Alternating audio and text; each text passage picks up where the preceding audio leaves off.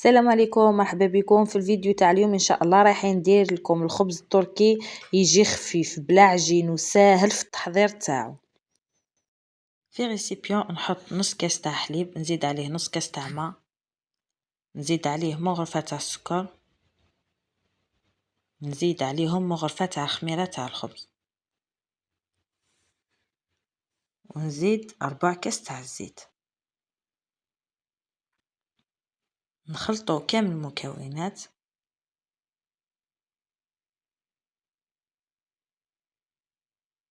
من بعد نزيد عليهم مغرفه صغيره تاع الملح، نخلطوهم.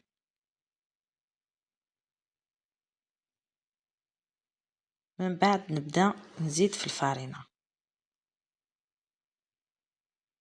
نخلطوهم كامل حتى نتحصلوا على عجينه تتلاصق في اليد.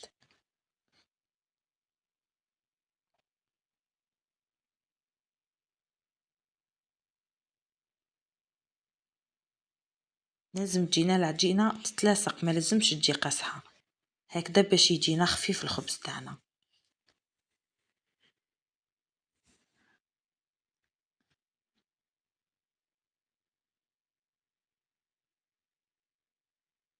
نستعمل يديا باه نطم العجينه.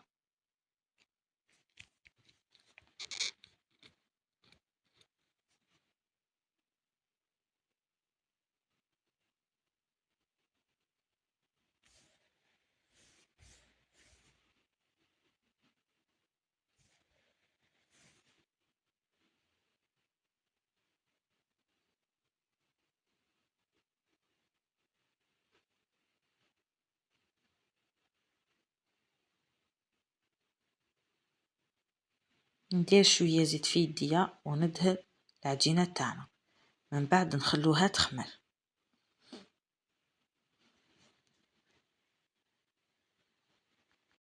هذيك العجينه تاعنا بعد ما خمرت، نحكم السنيوه اللي كنت دهنتها بالزيت، نحط فوقها هذيك العجينه،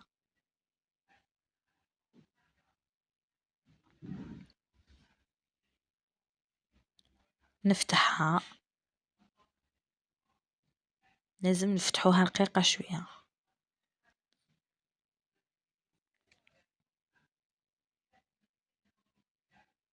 كي نفتحوها كامل نزيدو نخلوها تخمر 4 ساعة. ديك العجينه تاعنا بعد ما خمرت نشكلوها بهذه الطريقه.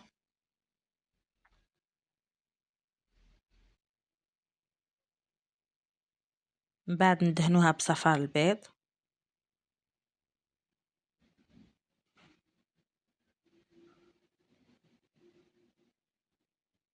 نحط فوقها السانوج وجلجلان،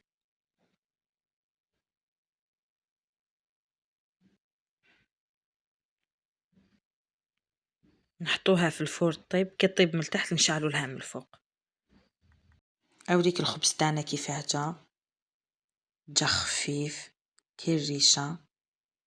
نتمنى انكم تجربوه وينال الاعجاب تاعكم. وإلا عجبتكم لا فيديو ديروا لي جيم وابوني.